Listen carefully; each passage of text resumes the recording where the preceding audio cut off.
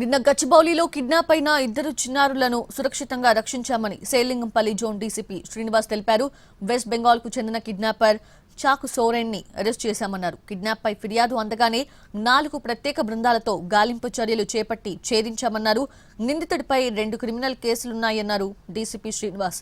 గంటల వ్యవధిలోనే కిడ్నాప్ కేసుని ఛేదించామన్నారు.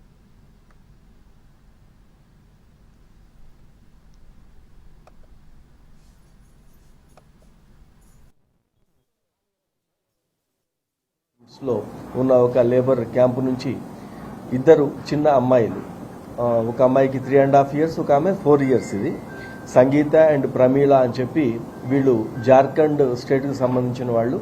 వాళ్ళ పేరెంట్స్ అందరూ పనికి వెళ్ళినప్పుడు ఈ ఇద్దరు చిన్నపిల్లల్ని తర్వాత రిటర్న్ వచ్చే వరకు చూసుకుంటే పిల్లలు మిస్ అయి ఉన్నారు. తర్వాత నైట్ 1 o'clock టైం వరకు వాళ్ళు బయట అక్కడ ఎత్తుక్కొని తర్వాత గచ్చిబౌలి పోలీస్ స్టేషన్కి రావటం, మనం ఇక్కడ ఇమీడియట్గా కేసు రిజిస్టర్ చేసి అన్ని టీమ్స్ని కూడా దీంట్లో ప్రెస్ చేయడం జరిగింది. టీమ్స్ వర్క్ చేస్తున్నప్పుడు Ghatkesar petrol car 1 Mallesh and Dhanunjaya Rao అని చెప్పి వాళ్ళు గట్కేసర్ పోలీస్ స్టేషన్కి సంబంధించిన పెట్రోల్ కార్ 1 వాళ్ళు మనం ఇచ్చిన ఇన్ఫర్మేషన్ మీద గట్కేసర్ పోలీస్ స్టేషన్ అది రైల్వే స్టేషన్ దగ్గరికి వెళ్ళి ఉన్నప్పుడు వాడు అక్కడ ఈ అక్యూజ్డ్ తర్వాత ఇద్దరు పిల్లలని పట్టుకోవడం జరిగింది.